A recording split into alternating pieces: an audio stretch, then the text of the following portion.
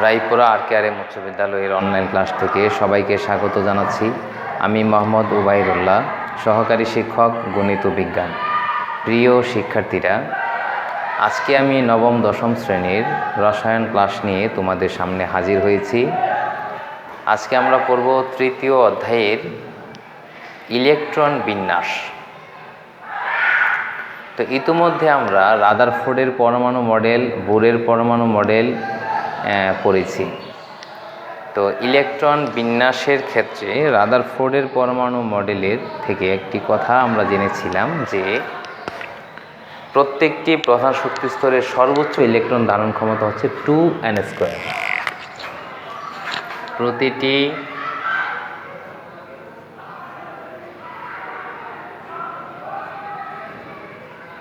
প্রধান শক্তি স্তরের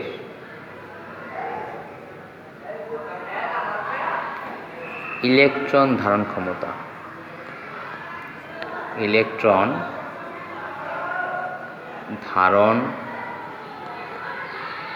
ক্ষমতা সমান 2n², যেখানে n সমান 1, 2, 3 ইত্যাদি।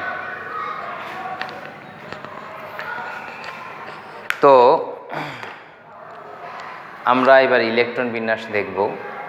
তো ইলেকট্রন বিন্যাস করার আগেই আমাদেরকে জেনে নিতে হবে ইলেকট্রনগুলো কি কি নিয়মে বিন্যস্ত হয়। ইলেকট্রনগুলো যে সকল নিয়মে বিন্যস্ত হয় সেই সমস্ত নিয়মগুলো বিভিন্ন রসায়নবিদগণ সূত্রের মাধ্যমে প্রকাশ করেছেন, যেমন পাউলির বর্জন নীতি, হুন্ডের নিয়ম, আফবাউ নীতি। তো ইত্যাদি সব নীতিগুলোর তোমাদের বইয়ে বিস্তারিত কোনো আলোচনা না করলেও ইলেকট্রন বিন্যাস কিভাবে করতে হবে তার নিয়মটি সুন্দরভাবেই ব্যাখ্যা করা হয়েছে। তো আমি সেই অনুযায়ী তোমাদেরকে কিছুটা বোঝানোর চেষ্টা করছি। তো আমরা প্রথমেই জেনে নিই যে এই যে শক্তি স্তরের ধারণা আমরা পেয়েছিলাম রাদারফোর্ডের পরমাণু মডেল, তারপরে বোরের পরমাণু মডেল। তো সর্বশেষ বোরের পরমাণু মডেল থেকে আমরা জেনেছি প্রধান শক্তি স্তরের কথা। তো আমরা এটাও জেনেছি যে প্রত্যেকটি প্রধান শক্তি স্তর আবার কতগুলো উপশক্তি স্তরে বিন্যস্ত থাকে। প্রতিটি প্রধান শক্তি স্তর কতগুলো উপশক্তি স্তরেও বিন্যস্ত থাকে। সেই উপশক্তি স্তরগুলোকে অরবিটাল বলা হয়ে থাকে, কারণ প্রধান শক্তি স্তরগুলোকে অরবিট এবং উপশক্তি স্তরগুলোকে অরবিটাল বলা হয়ে থাকে। তো ইলেকট্রন শক্তি স্তর অনুযায়ী আসলে বিন্যস্ত হয় না, ইলেকট্রন বিন্যস্ত হয় উপশক্তি স্তর অনুসারে, উপশক্তি স্তরের শক্তি অনুসারে। আমরা এ কথাও জানি যে প্রত্যেকটি প্রধান শক্তি স্তরের নির্দিষ্ট শক্তির মান রয়েছে, তেমনিভাবে উপশক্তি স্তর সমূহেরও শক্তির একটি নির্দিষ্ট মান রয়েছে। তো ইলেকট্রন সর্বদা নিম্ন শক্তির শক্তি স্তরে আগে প্রবেশ করে, অর্থাৎ নিম্ন শক্তির শক্তি স্তরকে পূর্ণ করার পর যদি আরও ইলেকট্রন থাকে তাহলে পরবর্তী উচ্চ শক্তির উপশক্তি স্তরে প্রবেশ করে। অর্থাৎ সোজা কথায় আমাদের একটি নিয়ম মনে রাখতে হবে যে ইলেকট্রনের পছন্দ হচ্ছে নিম্ন শক্তির উপশক্তি স্তর। নিম্ন শক্তির উপশক্তি স্তরগুলো পূর্ণ হয়ে গেলে তারপরে সে এইটা থেকে অধিকতর উচ্চ শক্তি স্তরে সে প্রবেশ করে। এভাবে ইলেকট্রনগুলো উচ্চ শক্তির নিম্ন শক্তি স্তর থেকে উচ্চ শক্তি স্তরে ক্রমান্বয়ে প্রবেশ করে। তো উপশক্তি স্তরগুলোকে আমরা কি দ্বারা প্রকাশ করে থাকি? এল দ্বারা প্রকাশ করে থাকি। আমরা ইতিমধ্যে জেনেছি প্রধান শক্তি স্তরগুলোকে এন দ্বারা প্রকাশ করা হয় এবং প্রধান শক্তি স্তরগুলোর 1, 2, 3, 4 এই সমস্ত সংখ্যাগুলো দ্বারা প্রকাশ করা হয়ে থাকে। যেমন n সমান 1 হলে এটি হচ্ছে প্রধান শক্তি স্তর। n সমান 1 হলে এটা হচ্ছে প্রথম প্রধান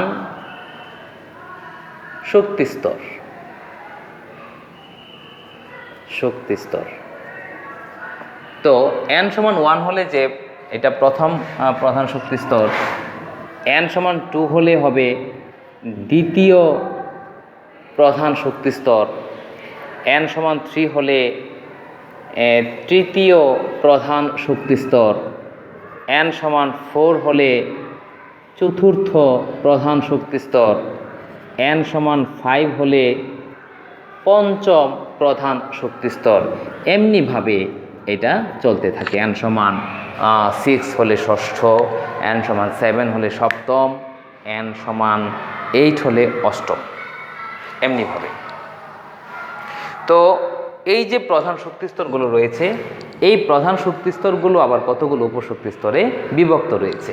যেমন আমরা আগেই দেখেছিলাম যে এটা যদি একটা কোনো মৌলের পরমাণু নিউক্লিয়াস হয়, তাহলে এটা হচ্ছে যেমন প্রধান শক্তি স্তর, প্রথম প্রধান শক্তি স্তর, এই হচ্ছে দ্বিতীয় প্রধান শক্তি স্তর, এই হচ্ছে তৃতীয় প্রধান শক্তি স্তর।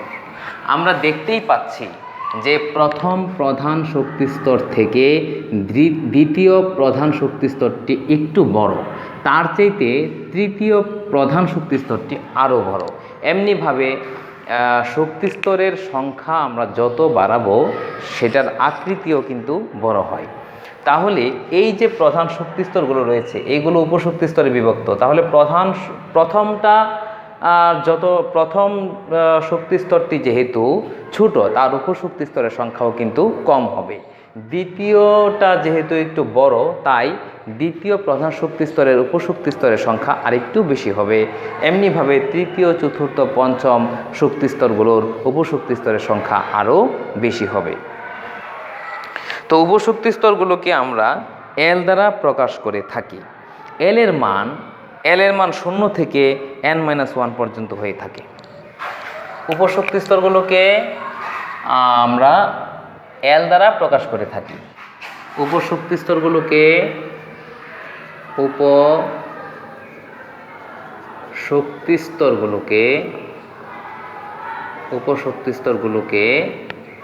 এল দ্বারা প্রকাশ করা হয়।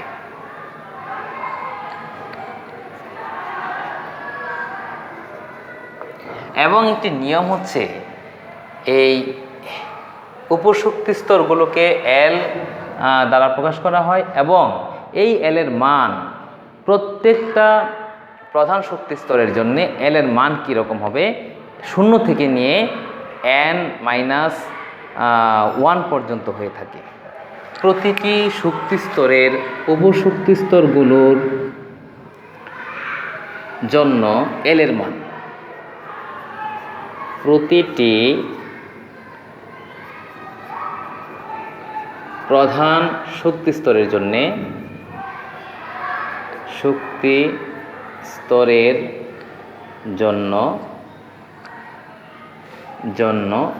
এল এর মান 0 থেকে n-1 পর্যন্ত হয়। এই যে একটা নিয়ম, এই নিয়মটি আমাদেরকে মনে রাখতে হবে। উপশক্তি স্তরগুলোকে এল দ্বারা প্রকাশ করে থাকে এবং প্রতিটি প্রধান শক্তি স্তরের জন্য এল এর মান হবে 0 থেকে n-1 পর্যন্ত। যেমন এই n সমান 1 হলে আমরা পাই n-1 সমান কত পাই? n এর মান হচ্ছে 1, তাহলে 1-1 সমান 0। তার মানে হচ্ছে প্রথম প্রধান শক্তি স্তরে এল সমান কিন্তু 0। ফলে উপশক্তি স্তরের সংখ্যা কত হবে? ফলে উপশক্তি স্তরের সংখ্যা হচ্ছে একটি।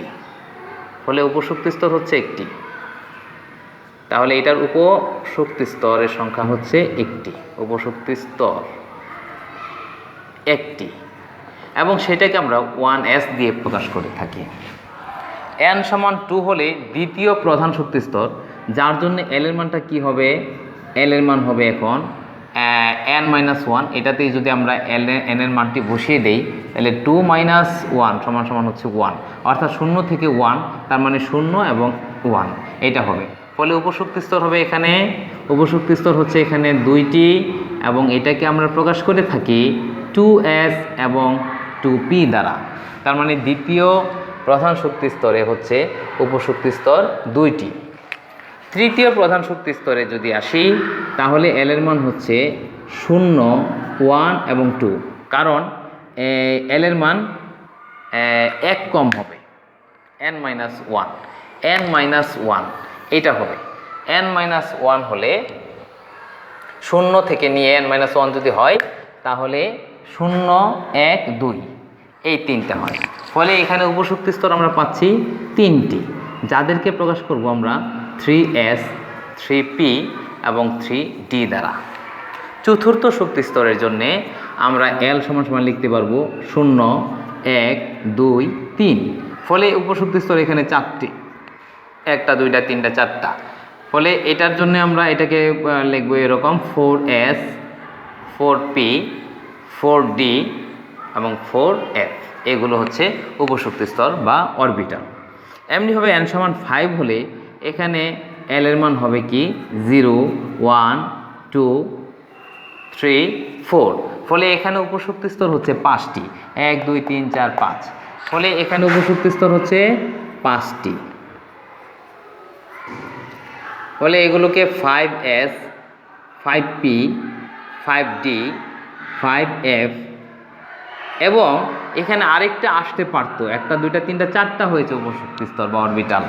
তো এখানে পঞ্চম উপশক্তি স্তরটাকে আজ পর্যন্ত রসায়নবিদগণ কোনো একটা দিয়ে প্রকাশ করেনি। কারণ হচ্ছে কি, ইলেকট্রন বিন্যাস করার সময় এই পঞ্চম শক্তি স্তরের যে পঞ্চম উপশক্তি স্তর রয়েছে সেই পঞ্চম উপশক্তি স্তরটির কোনো প্রয়োজন হয় না বিধায় এটা রসায়নবিদগণ আজ পর্যন্ত কোনো একটা অক্ষর দ্বারা চিহ্নিত করে দেখায়নি। আচ্ছা, এমনিভাবে n = 6 হলেও যে পঞ্চম এবং ষষ্ঠ সেগুলোও দেখানো হয়নি, কারণ এগুলো কোনো প্রয়োজন হয় না। এবার আমরা আসব যে প্রত্যেকটা প্রধান শক্তি স্তরে, এই যে উপশক্তি স্তরের প্রত্যেকটা উপশক্তি স্তরের ইলেকট্রন ধারণ ক্ষমতা কেমন। আমরা তো প্রধান শক্তি স্তরের ইলেকট্রন ধারণ ক্ষমতা জেনে নিয়েছি, তাহলে উপশক্তি স্তরে ইলেকট্রন ধারণ ক্ষমতা কত? উপশক্তি স্তরে ইলেকট্রন ধারণ ক্ষমতা হচ্ছে 2 × 2l + 1। এই সূত্রটি, সেই সূত্র অনুসারে আমরা পাই এই 1s এর মধ্যে সর্বোচ্চ 2টি ইলেকট্রন থাকতে পারে, অর্থাৎ s হলেই সর্বোচ্চ 2টি ইলেকট্রন থাকতে পারবে, p হলে সর্বোচ্চ 6টি ইলেকট্রন থাকতে পারে, d হলে সর্বোচ্চ 10টি ইলেকট্রন থাকতে পারে এবং f হলে সর্বোচ্চ 14টি ইলেকট্রন থাকতে পারে। তাহলে আমরা যদি এই সূত্রটি মনে না রাখি তাতেও কোনো অসুবিধা নেই। আমরা এটা মনে রাখবো, প্রথম শক্তি স্তরে অর্থাৎ s উপশক্তি স্তরে আমরা মনে রাখবো s উপশক্তি স্তরে, s উপশক্তি স্তরের আরেকটা বিষয় আমরা খেয়াল রাখি, সব সময় s এর জন্য কিন্তু 0 এবং p এর জন্য কিন্তু 1, d এর জন্য হচ্ছে 2 এবং f এর জন্য হচ্ছে 3। এই মানগুলো আমরা মনে রাখবো যে s এর জন্যে, তাহলে আমরা এটা পাচ্ছি যে s এর জন্য l সমান হচ্ছে 0, p এর জন্য l এর মান হচ্ছে 1, d এর জন্যে l সমান হচ্ছে 2, f এর জন্যে l সমান হচ্ছে 3। এই মানগুলো আমাদের মনে রাখতে হবে। তো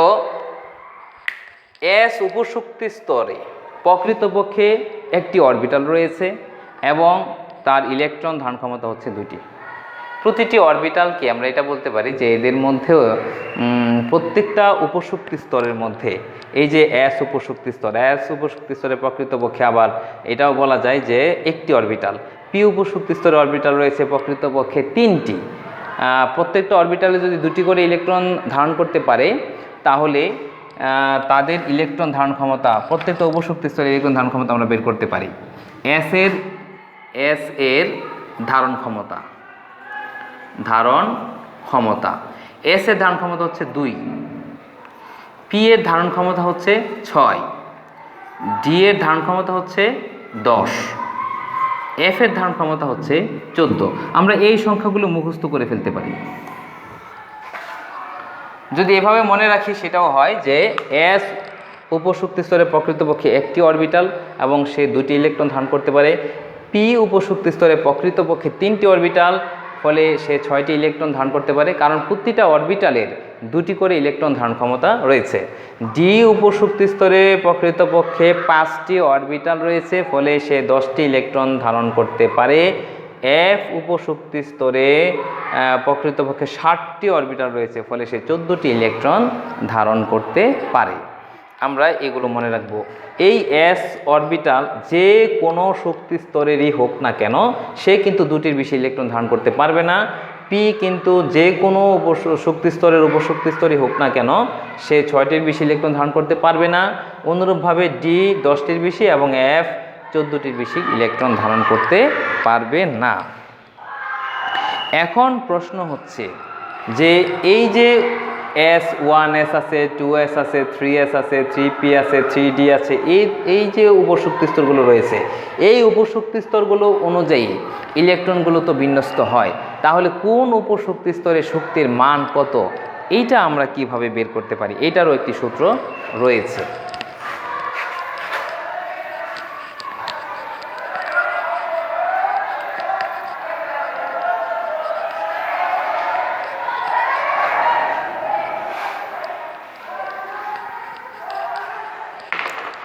প্রতিটা উপশক্তি স্তরের শক্তির মান, উপশক্তি স্তরের শক্তির মান, উপশক্তি স্তরগুলোর শক্তির মানের ক্রম, এটা আমরা আফবাউ নীতি থেকে পেয়ে যাই। তো আমি আফবাউ নীতিটি আগে ব্যাখ্যা করছি। আমি উপশক্তি স্তরগুলোকে একটু সাজিয়ে নিব। 1S, প্রথম শক্তি স্তরে শুধু একটি উপশক্তি স্তর রয়েছে, সেটি হচ্ছে 1S। দ্বিতীয় শক্তি স্তরের মধ্যে 2টি উপশক্তি স্তর রয়েছে, সেটি হচ্ছে 2S এবং 2P। আমি এভাবে সিরিয়ালি লিখছি, একই লাইনে লিখছি একই শক্তি স্তরের উপশক্তি স্তরগুলোকে। তেমনিভাবে তৃতীয় শক্তি স্তরে 3টি উপশক্তি স্তর রয়েছে, যাদেরকে আমরা লিখব 3S, 3P, 3D এভাবে। চতুর্থ শক্তি স্তরে 4টি, ফলে 4S, 4P, 4D, 4F।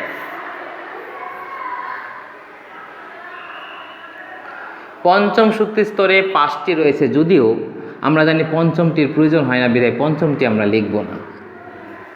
তাহলে 5S, 5P, 5D, 5F। 6S, 6P, 6D, 6F এর যদি প্রয়োজন হয় আমরা সেটা নেব, না হয় এখন নেওয়ার দরকার নেই। তারপরে 7S, 7P, 7D, এমনিভাবে এটারও আমরা F অরবিটাল নিতে পারি। 8S, 8P, এভাবে আমরা এটারও দেখাতে পারি, কিন্তু সেগুলো আমরা নিচ্ছি না, কারণ আমাদের ইলেকট্রন বিন্যাসগুলো করার জন্যে এতগুলোর আর প্রয়োজন নাও হতে পারে। তো এতটুকু যে উপশক্তি স্তরগুলো আমরা লিখেছি, তাদের শক্তির ক্রমগুলো আমরা একটু দেখে নেই। এগুলো হবে কোনাকুনিভাবে, আড়াআড়িভাবে কতগুলো রেখা টানবো আমরা। এদিক থেকে যদি রেখা টানি, তাহলে এই যে প্রথম শক্তি স্তরগুলো প্রথমে পেয়ে গেলাম। দ্বিতীয় রেখাটি যদি এইভাবে কোনাকুনি টানি, তাহলে এইটাকে পেয়ে গেলাম। তাহলে সবচেয়ে কম শক্তির উপশক্তি স্তর হয়েছে 1S। তারপরে পেয়েছি আমরা 2S কে। তারপরে যদি আরেকটা রেখা এভাবে টানি, তারপরে পেয়েছি 2P কে, তারপরে পেয়েছি 3S কে। 2P, 3S। তারপরে যদি আরেকটি কোনাকুনি রেখা টানি, তাহলে আমরা পেয়ে গেছি 3P, তারপরে পেলাম 4S কে। আরও একটি কোনাকুনি রেখা টানলাম, 4D কে প্রথমে পেলাম, 4D, 4D পরে পেয়েছি আমরা 4P এবং 5S, 4P 5S। তারপরে আরও একটি কোনাকুনি রেখা টানবো, 4D 5P 4D, সরি আগে এটা আমি পেয়েছিলাম 4P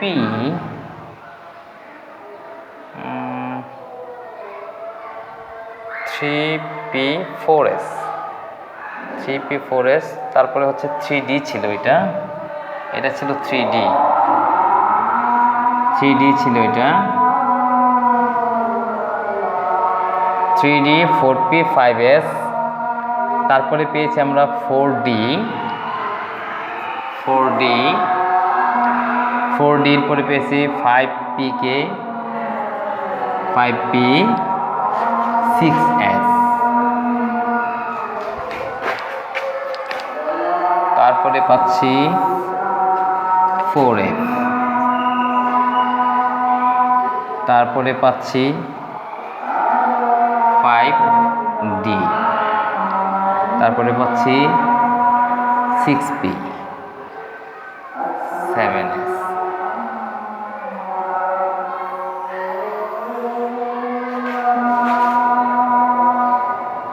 হচ্ছে 5F 6D 7P 8S।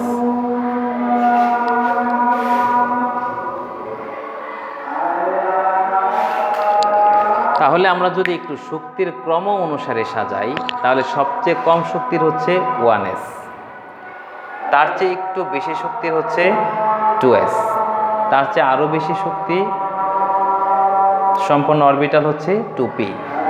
এমনিভাবে যতই আমি এইভাবে যাব ডান দিকে, ততই উপশক্তির স্তরগুলোর শক্তির মান বৃদ্ধি পাবে। তাহলে আমি এটাকে এইভাবে প্রকাশ করতে পারি, এটা হচ্ছে সবচেয়ে কম শক্তির, এটা একটু বেশি, তার চেয়ে আরও বেশি, আরও বেশি, এইভাবে।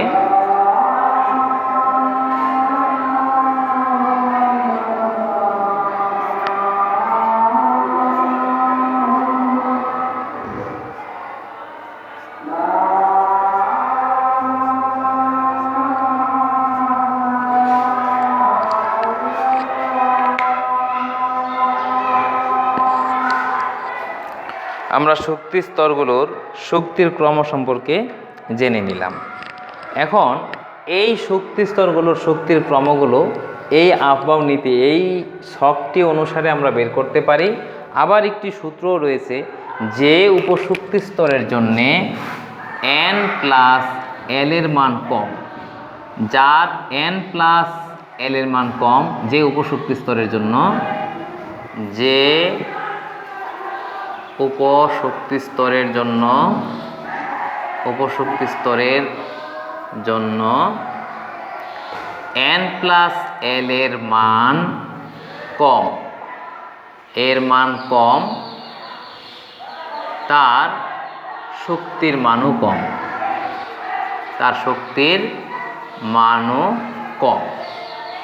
অর্থাৎ যে উপশক্তি স্তরের জন্য n+n এর মানটা কম হবে, তার শক্তির মানও কিন্তু কম হবে। ফলে ইলেকট্রন সেই উপস্তরে আগে প্রবেশ করবে এবং পরবর্তীতে তার চেয়ে উচ্চ শক্তির উপশক্তি স্তরে প্রবেশ করবে।